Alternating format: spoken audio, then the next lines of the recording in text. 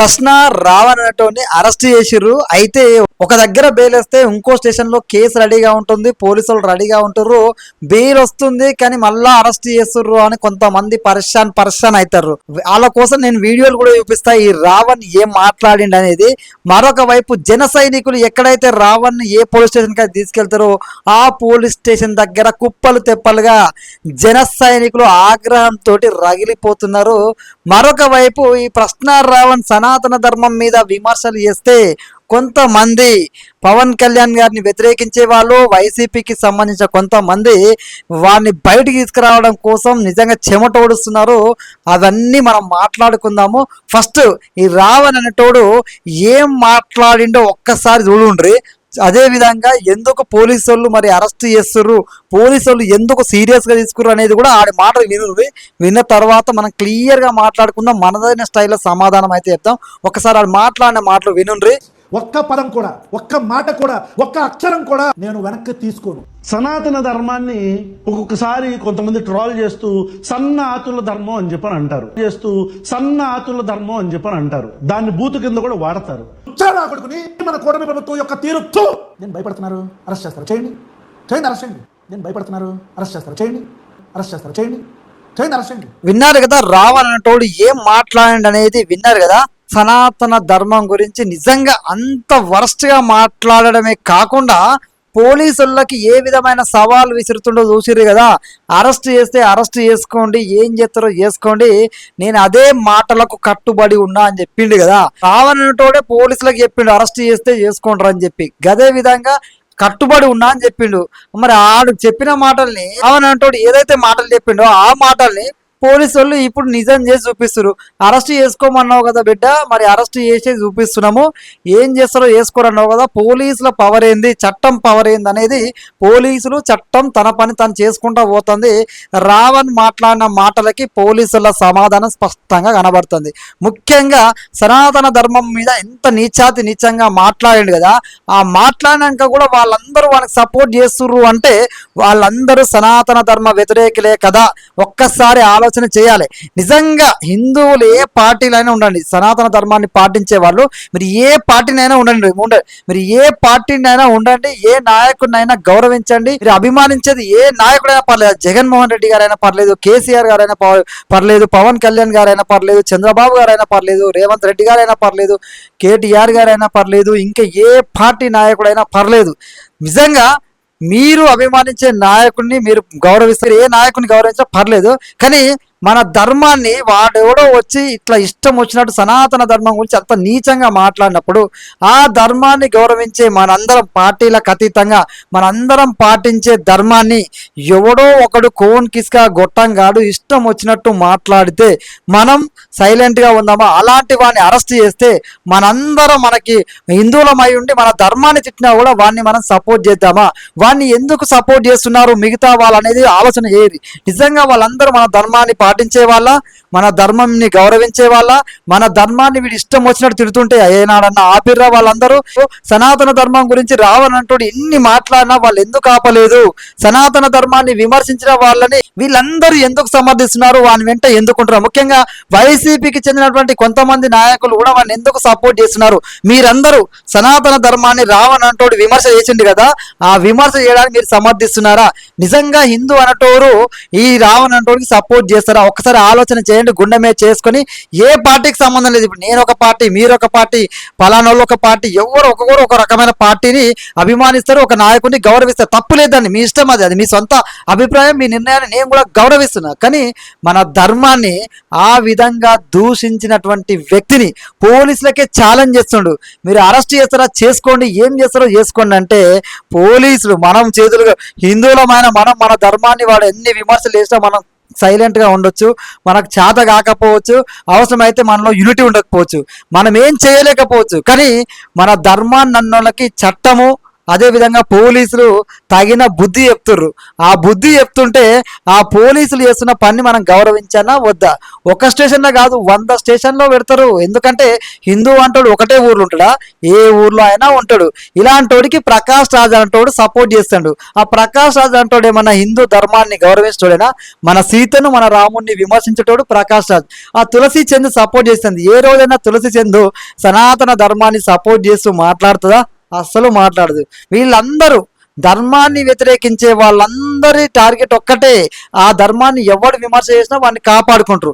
మరి మన ధర్మాన్ని విమర్శించినప్పుడు, మన ధర్మాన్ని అవహేళన చేసినప్పుడు, మన అందరి మనోభావాన్ని కించపరిచినప్పుడు వానికి మనం ఎట్లా సపోర్ట్ చేయాలి? మీరు ఏ పార్టీ అయినా కానివ్వండి, మీరు YCP, TDP, Janasena, BRS, Congress ఏ పార్టీ అయినా ఇవ్వండి, కానీ మీరు హిందువులు అన్న విషయాన్ని మర్చిపోదు. హిందువులను తిట్టినందుకు, హిందువులను అంత నీచంగా మాట్లాడినందుకు వాడిని పోలీసులు అరెస్ట్ చేసిర్రు. మీకు పవన్ కళ్యాణ్ గారి మీద కోపం ఉండొచ్చు, పవన్ కళ్యాణ్ అంటే మీకు నచ్చకపోతే అది పక్కన పెట్టండి, మనకు సంబంధం లేదు. అది మనం హిందువులుగా ఇట్లాంటి సపోర్ట్ చేయడం కరెక్టా, అవునా కాదా అనేది మీ గుండెల మీద చేసుకొని ఆలోచించారు. మీరు గుడికి వెళ్తారు కదా, గుడికి వెళ్ళినప్పుడు మా ధర్మాన్ని రావని అంటాడు, మన ధర్మాన్ని తిట్టిన తండ్రి అయినా సరే మేము వానికి సపోర్ట్ చేసినాం. రామయ్య తండ్రి మిమ్మల్ని తిట్టిండు, మన సీతామాతను విమర్శించిండు, అయినా సరే మేము వానికి సపోర్ట్ చేస్తున్నామని మీరు వెళ్ళే గుడికి వెళ్ళి ఒక్కసారి ఆలోచన చేయండి. వాడు మాట్లాడిన మాట రైట్ అని మీరు భావిస్తే వాడికి సపోర్ట్ చేయండి. వాడు మన ధర్మం జోలికి వచ్చిండు, ధర్మాన్ని విమర్శ చేసిండు, మనం వాడిని సపోర్ట్ చేస్తే వాడు ఇంకా మన మీదనే విమర్శ చేస్తాడు, ఇంకా రెచ్చిపోతాడు. ఖచ్చితంగా అలాంటోడికి శిక్ష పడాలి. ఆ ధర్మాన్నే కాదు, ఏ ధర్మాన్ని ఎవడు విమర్శించొద్దు. అది క్రిస్టియన్ మతమైనా, ముస్లిం అయినా, బౌద్ధమైనా, సిఖిజం అయినా, ఏదైనా కానివ్వండి, ప్రతి ధర్మాన్ని మనం గౌరవించాలి. ఎందుకంటే మనం సనాతన ధర్మాన్ని పాటిస్తున్నాం. సనాతన ధర్మం మనకేం నేర్పిస్తుంది? ఎదుటి వాళ్ళని గౌరవించమని నేర్పిస్తుంది. మనం ఎదుటి వాళ్ళని గౌరవిద్దాం, ఎదుటి ధర్మాన్ని గౌరవిద్దాం, అందరితో మంచిగా ఉందాం. కానీ మన ధర్మం జోలికి ఎవడైనా వస్తే వాడికి ఇలాంటి శిక్ష మనం వేయకపోవచ్చు, మనలో యూనిటీ లేకపోవచ్చు, కానీ పోలీసులు చట్టం తన పని తను చేసుకుపోతుంటే ఆ చట్టాన్ని, పోలీసులను గౌరవించాలి, వారికి సహకరించాల్సిన బాధ్యత మన మీద ఉంది. అదేవిధంగా పవన్ కళ్యాణ్ గారి మీద అనేక రకాల విమర్శలు చేసిండు మనోడు. ఆ విమర్శలు పవన్ కళ్యాణ్ అభిమానులు నొప్పిస్తాయా లేదా? ప్రతి ఒక్కరికి సహనం ఉంటుంది. నేను ఇదే మాటల మీద ఉంటా, ఇదే స్టాండ్ మీద ఉంటా, గిట్నే మాట్లాడతా అంటే వాళ్ళ సహనం పవన్ కళ్యాణ్ ఎన్ని రోజులు ఆపుతాడు? మీరు పాలసీల మీద విమర్శించండి, పాలసీల మీద మాట్లాడని అని చెప్తాడు, కానీ అది పాటించాలంటే అవతలోడు కూడా ఆ విధంగా ఉంటే పాటిస్తాడు. కానీ అవతలోడు తను వ్యక్తిగత విమర్శలకు దిగి పవన్ కళ్యాణ్ నోట్లో అని చెప్పి మాట్లాడుతుంటే ఆ అభిమానులు వాళ్ళు కూడా మనలాంటి నాయకుల్ని ఎవరైతే మనం ఎవరెవరు ఏ నాయకుని అభిమానిస్తామో అలా వాళ్ళు కూడా వాళ్ళ నాయకుని అభిమానించే వాళ్ళు ఉంటారు కదా. వీడు ఇట్లా మాట్లాడుతూ నూకుంటారా? ఇప్పుడు పోలీస్ స్టేషన్ల ముందుకెళ్ళి రావాన్ని ఏడ దొరుకుతాడు అని చూస్తున్నారు, సుక్కలు చూపిస్తున్నారు. జనసేన వీర మహిళల దగ్గర నుంచి, జన సైనికుల దగ్గర నుంచి, పవన్ కళ్యాణ్ గారి అభిమానులు ఏ పార్టీలో ఉండండి, పవన్ కళ్యాణ్ అభిమానులు కూడా మేమందరం మా నాయకుడిని అంటడా, మీ అభిమానించే వ్యక్తిని అంటడా అని చెప్పేసి వాళ్ళందరూ ఏ పోలీస్ స్టేషన్కి వెళ్తే ఆ పోలీస్ స్టేషన్ వాగ్వాదానికి దిగుతున్నారు, వాడికి బుద్ధి చెప్పడానికి సిద్ధంగా ఉన్నారు. ఇదంతా ఎందుకు? వాడి నోటి దూల వల్లే కదా. వాడు కరెక్ట్గా మాట్లాడి అందరినీ గౌరవించి పవన్ కళ్యాణ్ గారిని పాలసీల మీద విమర్శించి నువ్వు ఈ పని చేయట్లేదు, ఆ పని చేయట్లేదు అంటే అప్పుడు వాళ్ళందరూ కూడా స్వీకరిస్తారు, దానికి సమాధానం చెప్తారు. కానీ వ్యక్తిగత విమర్శలు, ఏదో బయట ఏదో కమ్యూనిటీకి సంబంధించిన మీటింగ్కి వెళ్తాడు, అక్కడ పవన్ కళ్యాణ్, ఎక్కడికి వెళ్ళినా పవన్ కళ్యాణ్, యూట్యూబ్లో వీడియో చేసిన పవన్ కళ్యాణ్, బయటికి వెళ్ళినా పవన్ కళ్యాణ్, ఎక్కడికి వెళ్ళినా పవన్ కళ్యాణ్, నోటికి వచ్చిందంటే మాట్లాడుతా అంటే ఎవరుకుంటారు? మీ అందరికీ అభిమానం ఉన్నట్టు మీ నాయకుని మీద వాళ్ళకు కూడా అభిమానం ఉంటుంది కదా. అందుకే వాళ్ళ నాయకుని జోలికి వస్తే వాళ్ళు ఏందనే చూపిస్తారు. జన సైనికులకు కోపం రాదు, వచ్చిందంటే ఇట్లా రావణ్ణి ఏ విధంగా పరిగెత్తిస్తారు, పోలీసులు ఏ విధంగా తీసుకెళ్తుర్రు, ఆ పవన్ కళ్యాణ్ గారి అభిమానులు ఎక్కడ ఈ కోపంతో ఉన్నారు. ఆ కోపాన్ని కంట్రోల్ చేయాలంటే రావణ్ కళ్ళ గంతలు కట్టి 100 మంది పోలీసులు పరిగెత్తుకుంటూ తీసుకెళ్తారు. దీనికి కారణం ఏంది? ఆయన రెచ్చగొట్టిన మాటలు, ఆ రెచ్చగొట్టిన విధానం, ఇష్టం వచ్చిన మాట్లాడిన విధానం, పర్సనల్ అటాక్, ఇవన్నీ దృష్టిలో పెట్టుకొని పోలీసులు కూడా అర్థం చేసుకున్నారు వీడు మాట్లాడిన మాటల్ని. ఈ విధమైన మాటలు మాట్లాడితే వాళ్ళకు కూడా అవతల కోపం ఉంటుంది కదా. ఆ కోపాన్ని కంట్రోల్ చేయాలంటే, ఇలాంటి కాపాడాలంటే వాళ్ళ పని వాళ్ళు చేసుకుంటూ పోతారు, ఎక్కువ ప్రొటెక్షన్ ఇస్తుర్రు అన్ని రకాలుగా.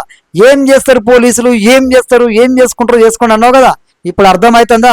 ఒక్క కేసు కాదు, అటు రాముని జోలికి వచ్చినావు, ధర్మం జోలికి వచ్చినావు, ఇటు పవన్ కళ్యాణ్ జోలికి వచ్చినావు. ఇవన్నీ కలిపి ఈ రోజున రావణ్కి ఒక్క దగ్గర బెయిల్ వస్తే ఇంకో దగ్గర కేసు నమోదవుతుంది. ఆ పోలీసులు రెడీగా ఉంటున్నారు. ఇదంతా అనుభవించాల్సిందే. మాట్లాడే ముందు ఉండాలి, దూషించే ముందు ఉండాలి, వ్యక్తిగత విమర్శలు చేసే ముందు ఉండాలి. ఇప్పుడు నేను ఒక వీడియో చేస్తున్నా, నేను కూడా అట్లా మాట్లాడుతా అంటే కుదరదు కదా, దానికి నేనే బాధ్యత వహించాలి. ఇప్పుడు రావణ్ అంటోడు మాట్లాడండి కాబట్టి రావణ్ అంటోడే బాధ్యత వహించాలి. దానికి వైసీపీ వాళ్ళు ఎందుకు వస్తున్నారు? మీరు ధర్మాన్ని వ్యతిరేకిస్తున్నారా? మా ధర్మాన్ని కించపరుస్తున్న వాళ్ళని మీరు సపోర్ట్ చేస్తున్నారా? మీ యొక్క ఆలోచన ఏంది ప్రజలకు చెప్పాలి, చెప్పి తీరాలి. ప్రకాష్ రాజ్ సపోర్ట్ చేస్తుండ అంటే ఆడు మా ధర్మాన్ని వ్యతిరేకిస్తాడు, మా దేవుళ్ళని దూషిస్తాడు కాబట్టి ఆడు సపోర్ట్ చేస్తుండు. ఆడికి కూడా త్వరలోనే ఇలాంటి ట్రీట్మెంటే జరుగుతుంది. ధర్మస్థలం విషయంలో కానీ 4 దొంగ ఓటర్ ఐడి కార్డులు కలిగి ఉన్నాడు, ఆ విషయంలో కానీ ఏదో ఒక విషయంలో ప్రకాష్ రాజ్ కూడా ఇట్లాంటిదే జరుగుతుంది. తులసి చంద్ కొంచెం తెలివిగా మాట్లాడుతున్నా అనుకుంటుంది, కానీ మా ధర్మాన్ని విమర్శించే వాళ్ళకి సపోర్ట్ చేస్తుంది. ఆమెకు కూడా కష్టంగా ఆమెను ఎవరైనా దూషిస్తే పోలీస్ కంప్లైంట్ చేస్తున్నాం కదా. మా ధర్మాన్ని చూసిస్తే మేము కంప్లైంట్ చేసినాం, మా నాయకుని చూసిస్తే మేము కంప్లైంట్ చేసినాం, మేము అభిమానించే వ్యక్తిని చూస్తే మేము కంప్లైంట్ చేసినాం. అవునంటోడికి చర్యకు ప్రచర్య ఏ విధంగా జరుగుతుందో చూడు. నువ్వు కూడా కేసులు పెడుతున్నావు కదా, దీనికి సపోర్ట్ చేయి. వాళ్ళని ఎట్లా దూషిస్తావు రాబాయ్, వాళ్ళ ధర్మాన్ని ఎట్లా దూషిస్తావు, వాళ్ళ నాయకుని ఎట్లా దూషిస్తావు అని వాడిని 4 తిట్టు. అంతేగాని అలాంటి వాడిని సపోర్ట్ చేసి సార్ నన్ను తిడుతుర్రు అని చెప్పి నువ్వు పోలీస్ స్టేషన్ పోయి కేసు పెడితే అప్పుడు అది నిజమేనా? నిన్ను తిడితే ఒక న్యాయం, అవతల తిడితే ఇంకొక న్యాయమా? ఆలోచన ఏ తులసి చందు మారు కొంచెం. ఎందుకంటే నువ్వు మాట్లాడి తెలివిగా మాట్లాడుతున్నావు నువ్వు అనుకుంటున్నావు, కానీ నీ ఫాలో అయ్యే వాళ్ళు, నీ వీడియోలు చూసేవాళ్ళు, ధర్మాన్ని ఫాలో అయ్యే వాళ్ళు కూడా ఉన్నారు. అర్థం చేసుకో. తప్పును తప్పు అను, రైట్ను రైట్ అను, అప్పుడు నువ్వు గొప్పదాని అవుతావు. నీ యొక్క మాటలకు కూడా విలువ పెరుగుతుంది. అంతో ఇంతో బాగా మాట్లాడుతావు, తెలివి కల దానిలా ఫీల్ అవుతావు కదా. ఆ తెలివి కల దానిలా ఫీల్ అవ్వడం కాదు, నిజంగా తెలివి కల వ్యక్తిలాగా నువ్వు ఉండాలంటే 2 వైపులా సమానంగా ఉండు. తప్పును తప్పు అను, ఒప్పును ఒప్పు అను, ఒక సైడే ఉండకు. ఇది నా యొక్క సూచన. చూడండి, రావణ్ని అరెస్ట్ చేయడం, ఈ స్టేషన్లో తిప్పడం, బెయిల్ రావడం, మళ్ళీ అరెస్ట్ చేయడం, దీన్ని మీరు సమర్థిస్తున్నారో ఇలా కామెంట్లో తెలియజేయండి. అదేవిధంగా ఆలోచన చేయండి, ఎవరు ఎలా ప్రవర్తిస్తున్నారు, ఏ రకంగా ఉన్నారు అనేది మీ అభిప్రాయాన్ని కామెంట్లో తెలియజేయండి. జై హింద్, జై భారత్.